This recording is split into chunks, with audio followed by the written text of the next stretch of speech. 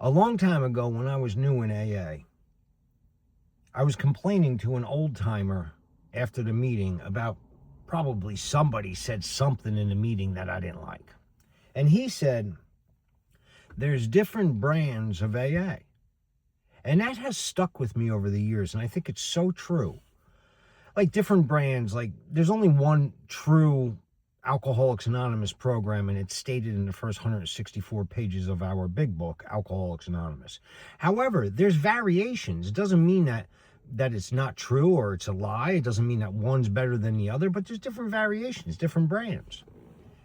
My particular brand, if I had to say it was a brand, is I try to come from a gentle, loving, kind angle with new people.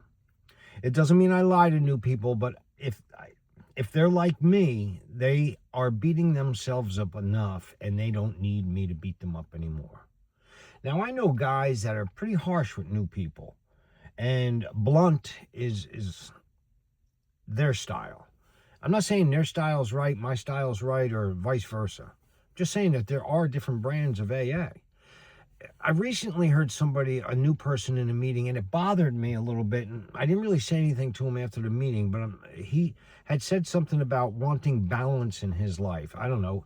He had 60 days of sobriety and he wants to get some balance in his life because he feels like he's spending too much time with AA and he needs to do A, B, and C with his family.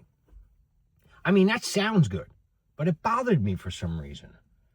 So here's what I want to say to him when I see him the next time, and I doubt I will, because my primary goal is to get a new person back to another meeting.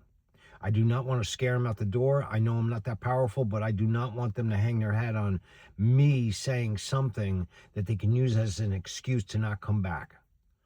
But I'd like to say something like this, and I know I have to tweak it. How much balance did you have in your life before you came into AA?